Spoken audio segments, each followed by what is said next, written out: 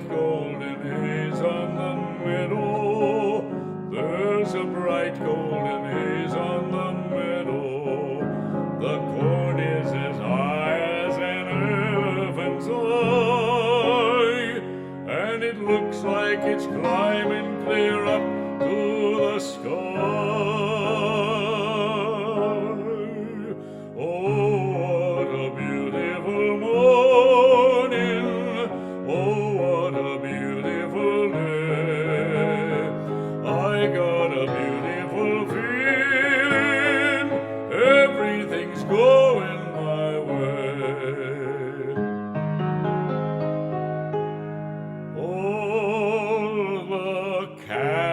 Standing like statues, all the cattle are standing like statues. They don't move their heads as they see me ride by, but a little brown maverick is winking her eye. Oh, what a beautiful morning.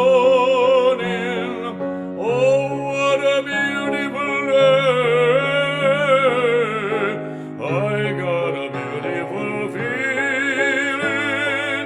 Everything's going my way. Oh, what a beautiful day.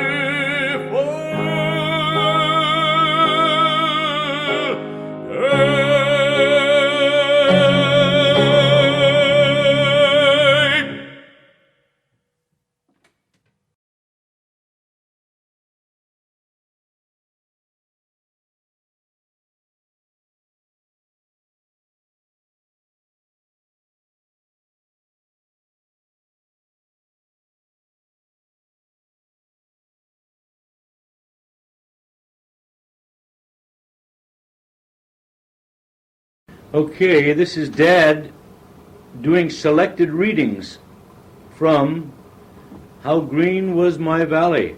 And I don't know when these were done, Mai or Gwenellen, but maybe Mai does. I don't know, but we've had them, and they're pretty great, I think, the way he does them. Okay, honey.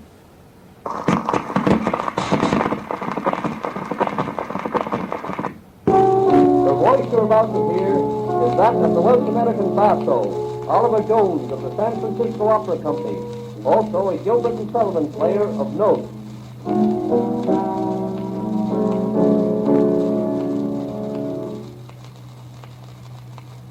That afternoon we walked for miles along the river first and then up the mountain.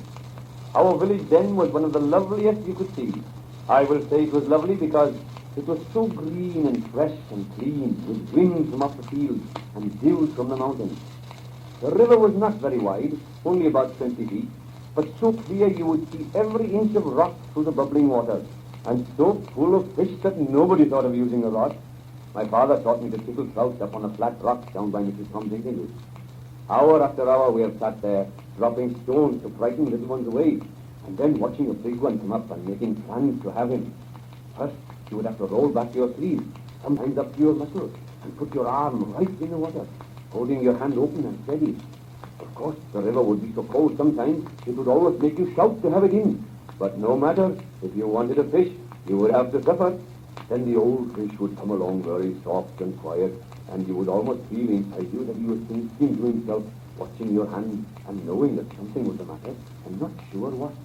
Of course, you would not move a fraction, even your eyes, while all this was going on, because a good and sensible trout will swim back out of reach and stay there to laugh at you.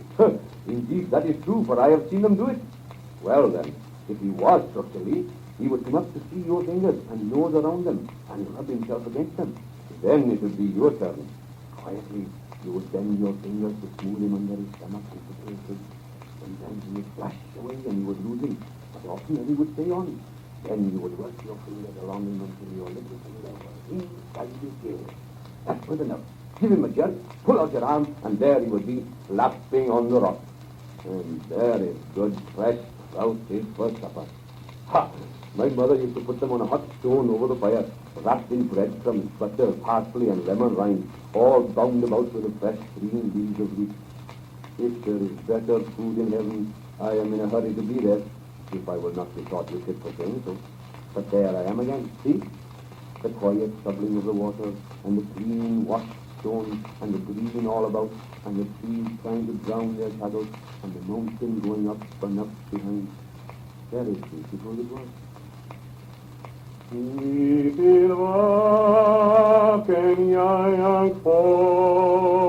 And view and all the fancy, Marine beguile your Gwenny's win, a caratan I vedi, Hamna de we are all, Priudi da all, I deal Guai through the world of Veinir Vach, and Lana,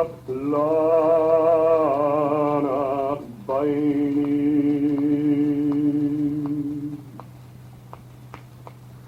Decrescendo. Jackie and I got our signals crossed here. I was just going to comment on the beautiful decrescendo, diminuendo that Dad did there on the very last note. And he always seems to, he always got the mood of the song that he was performing. For instance, the tone that he used just now on the little folk song compared to the tone he used on the Non più and Drive from the Marriage of Figaro, they're just worlds apart. He had a real fine sense of interpretation. Okay, honey.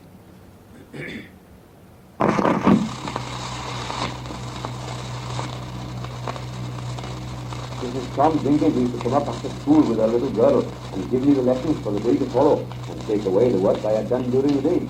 Very kind of her to come up all that way day after day, just to earn 4 pounds a week and do her best for a sick boy. And make no mistake, best it was. She got handwriting primers for me that my father paid for, so that I would have a good hand when I was ready to leave my bed. And I could write beautiful too. I have never said so, but I cannot put in words what came in me when I won a handwriting competition set by a paper in town. And you should have seen the look in my father's eyes when he brought in the paper. They were all in the kitchen, for it was evening time, and we were waiting for my father because he was late, and a strange event for him. But when he came in, reading a little extra from the hill, he had the paper under his arm as he carried his Bible, and we knew from the way he came in and sat down in his chair that there was something serious to be said, so we all sat quiet.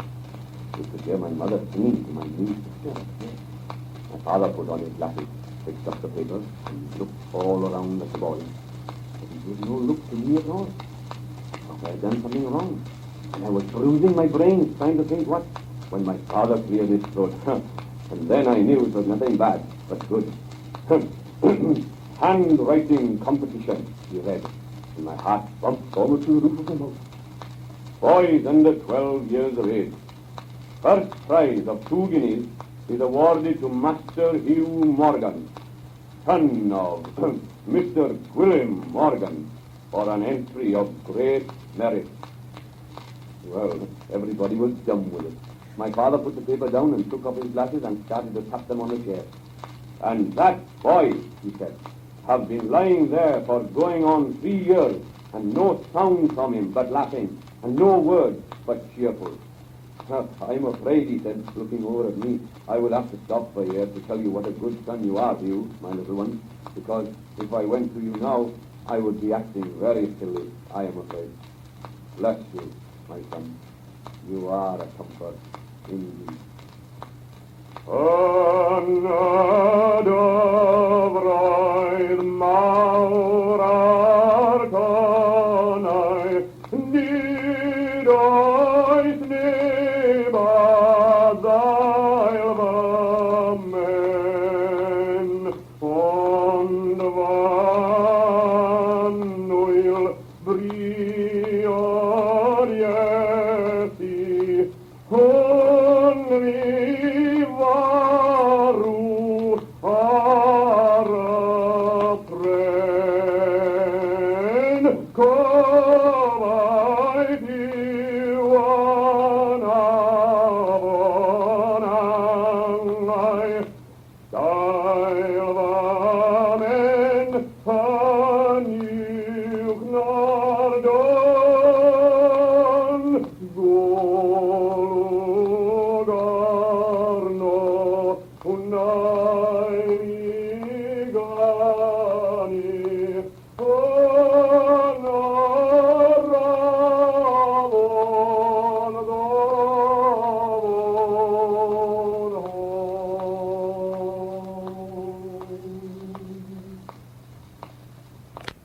Last hymn that Dad sang is the origin of it is called Ton a Bottle, tune in a bottle, and supposedly it was thrown overboard from some ship and came ashore in Wales, and that supposedly is the origin of it, and it's a great hymn, and we sing it in our Presbyterian church all the time.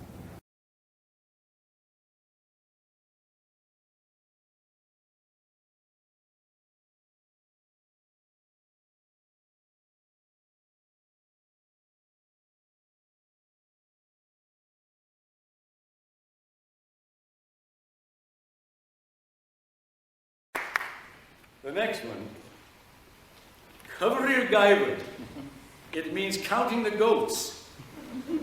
It's not about God or philosophical or religious or a love song or defending a castle. It's about counting the goats. And the goat herder in the valley in Wales, he calls up to the first crag and he says, "Are there any goats left up there that haven't been milked yet?" And the answer comes back, yes, there is a white goat, and she is white from the tip of her nose to the tip of her tail, and the word for white in Welsh is when. And he asks the same question to the middle crag, and the answer comes back, yes, there is a black goat, and she is black from the tip of her nose to the tip of her tail, and the word for black in Welsh is thee. And he asks the same question to the last crag, and the answer comes back, yes, there is a red goat. And she's red from the tip of her nose to the tip of her tail, and the word for red in Welsh, you'll have to wait. That's a Welsh harp.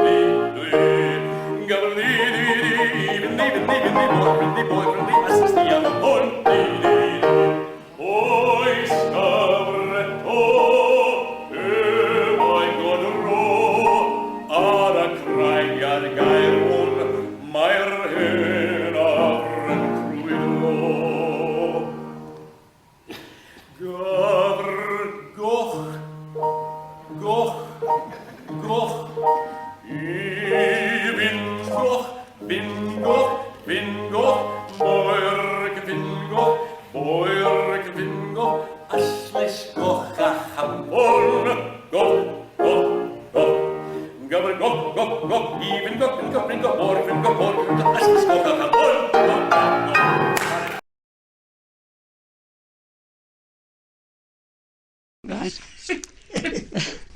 Gwenellen, I'm going to recall the time that you paid a visit to London. Do you remember coming with your father? Yes, and you remember clearly that beautiful, huge place I had in number 9 Merton Avenue. Do you remember I lived in a little flat upstairs, and I gave you the best room. We only had 3 rooms. You had the big room, and then your dad stayed with Auntie Jen next door. Do you recall that? And then I remember clearly you going out with Trev next door, the policeman, your uncle. Do you remember him? Oh, he was great. And you went to the police station, and they made an awful fuss of you there, didn't they? And then you went down to see the changing of the guard down Buckingham Palace. Do you remember that parade? Yeah, and then we all came back and we had a lovely, lovely time at Jen's. She made a beautiful supper for us. Do you remember that? Right. Anyway, they're wonderful memories, and you were quite, I think you were about 15 or 16, something like that. That was your age at that time. Yes. So anyway, Gwenellen, it's been lovely talking to you. Bye-bye. God bless.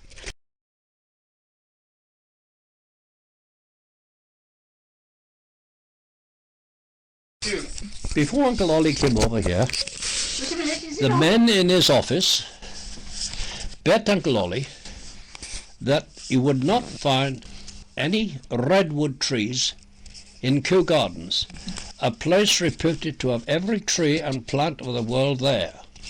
So Dewi and myself took Uncle Ollie to Kew Gardens, saw one of the men there, and asked if he had redwood trees, and if he had, could he show them to us? And he said, follow me, and he took us to a clump of 5 redwood trees. So, noted American trees. So Uncle Ollie went back and took up his bet. You see,